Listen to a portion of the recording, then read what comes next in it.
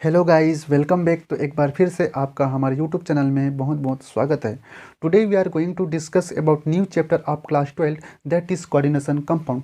Coordination compound is also called complex compound और हिंदी में इसी को हम कहते हैं संकुल यौगिक, समन्वय यौगिक या उप सहसंयोजक यौगिक कहते हैं। इसी के बारे में आज हम चर्चा करने वाले हैं। And with today's video we have brought for you video series of coordination compound. तो इस वीडियो के साथ हम कोऑर्डिनेशन कंपाउंड का कॉन्सेप्ट सीरीज जो है शुरू करेंगे। तो चलिए फटाफट से इस कॉन्सेप्ट में आते हैं और समझते हैं कोऑर्डिनेशन कंपाउंड क्या होता है। लेकिन कोऑर्डिनेशन कंपाउंड को बताने से पहले हम आपको बता दें कि पिछले वीडियो में हमने कोऑर्डिनेट कोवेलेंट बॉन्ड के बारे में चर्चा किया है। आप जाकर के पिछला वीडियो जो अवश्य देखेगा और जानिएगा कि कोऑर्डिनेशन कोवेलेंट बॉन्ड क्या होता है। इसके बारे में जानकारी प्राप्त कीजिएगा, तभी आपको समझ में आएगा कि कोऑर्डिनेशन कंपाउंड क्या होता है। क्योंकि पूरे कोऑर्डिनेशन कंपाउंड के इस चैप्टर में हम हर जगह पे कोऑर्डिनेट कोवेलेंट बॉन्ड का ही बात करेंगे।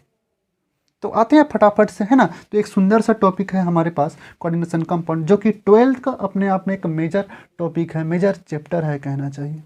तो कोऑर्डिनेशन कंपाउंड को एक डेफिनेशन के माध्यम से समझते हैं, है ना। तो डेफिनेशन क्या कहता है, देखिए, ऐसे यौगिक जिनमें धातु परमाणु या आयन अनेक ऋणायनों अथवा उदासीन अणुओं, जिसको हम लिगेंड कहते हैं, के साथ उप सहसंयोजक बंध द्वारा जुड़े होते हैं और एक संकुल का निर्माण करते हैं, संकुल यौगिक कहलाते हैं या समन्वय यौगिक कहलाते हैं।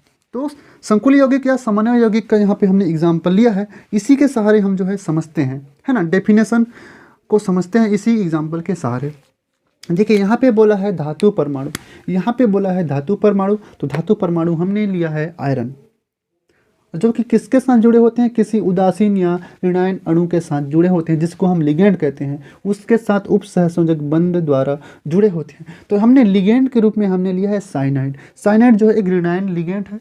तो इस लिगेंड के साथ किसके माध्यम से जुड़े रहते हैं, उप सहसंयोजक बंध के माध्यम से, कोऑर्डिनेट कोवेलेंट बॉन्ड के माध्यम से जो है जुड़े रहते हैं। कौन? धातु परमाणु, है ना। लेकिन धातु परमाणु के साथ जो अनेक लिगेंड जुड़ सकते हैं, अनेक लिगेंड यहाँ पे जुड़ा है, तो अनेक लिगेंड जो है कोऑर्डिनेट कोवेलेंट बॉन्ड के द्वारा धातु परमाणु के साथ जुड़े रहते हैं और इस प्रकार से एक संकुल का निर्माण करते हैं और इसी को हम कहते हैं संकुल यौगिक या कोऑर्डिनेशन कोवेलेंट बॉन्ड, है ना। एक कॉम्प्लेक्स का निर्माण किए, तो इस तरह से होता है कोऑर्डिनेशन कंपाउंड कहना चाहिए।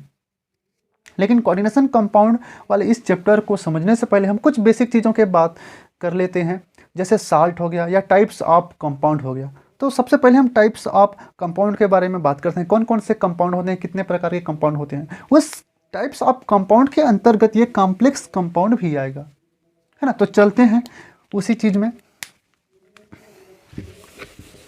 तो इस एग्जाम्पल को मिटाते हैं और यहीं पर समझाते हैं।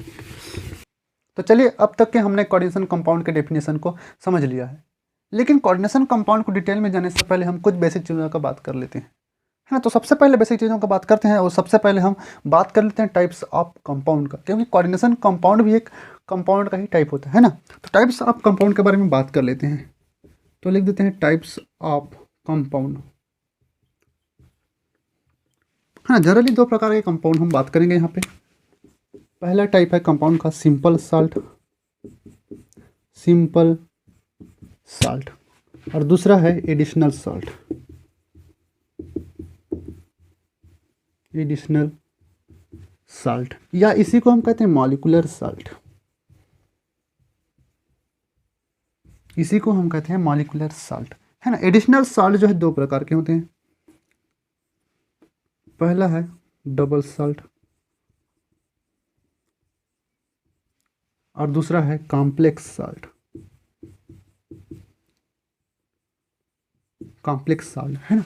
तो इस चैप्टर में हम इसी कॉम्प्लेक्स साल्ट के बारे में बात करेंगे। इसी कॉम्प्लेक्स साल्ट को हम कह रहे हैं कोऑर्डिनेशन कंपाउंड या समन्वय यौगिक, है ना।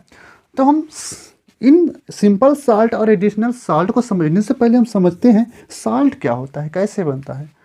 तो हम जानते हैं कि साल्ट कब बनता है, एसिड और बेस को मिलाते हैं तो हमको साल्ट मिलता है।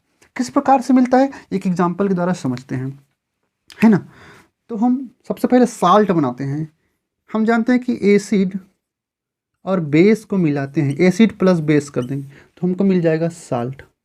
क्या मिल जाएगा? साल्ट मिल जाएगा। अब एग्जाम्पल लेते हैं, एसिड वाला भाग लेते हैं, कोई मान के चलो HCl।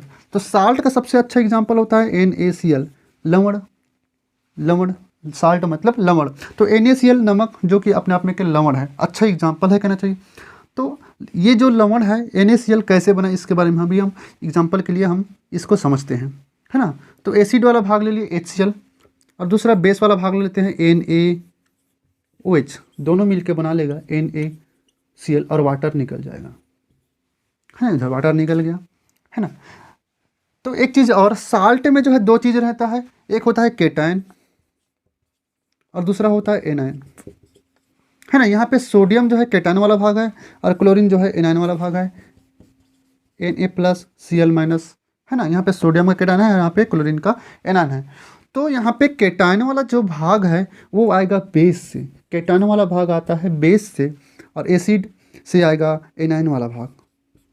तो एसिड है HCl और बेस है सोडियम हाइड्रोक्साइड। तो एसिड वाले भाग से एनायन आता है और बेस वाले भाग से केटायन होता है।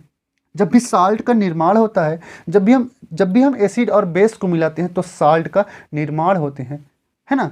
तो खास बात यहाँ पे ये है कि एसिड वाले भाग से हमेशा एनायन निकलता है और केटायन वाला भाग हमेशा क्षार से निकलता है या बेस से निकलता है ना। तो बेस वाले भाग से हमेशा केटायन निकलता है और एसिड वाला भाग से हमेशा एनायन, और दोनों के बीच क्या होगा, आकर्षण होगा और हमको मिल जाएगा लेटिस या लवण मिल जाएगा, सोडियम क्लोराइड हमको मिल जाएगा, है ना।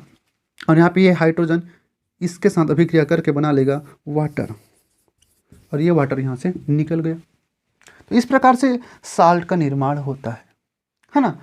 तो सबसे पहले हम सिंपल साल्ट के बारे में बात करेंगे, फिर एडिशनल साल्ट, और एडिशनल साल्ट में दो प्रकार के साल्ट के बारे में बात करेंगे, डबल साल्ट, है ना, फिर कॉम्प्लेक्स साल्ट, और कॉम्प्लेक्स साल्ट के बारे में इस पूरे चैप्टर में बात करेंगे। इसी को हम कह रहे हैं कोऑर्डिनेशन कंपाउंड। तो अगले वीडियो में हम सिंपल साल्ट के बारे में चर्चा करेंगे।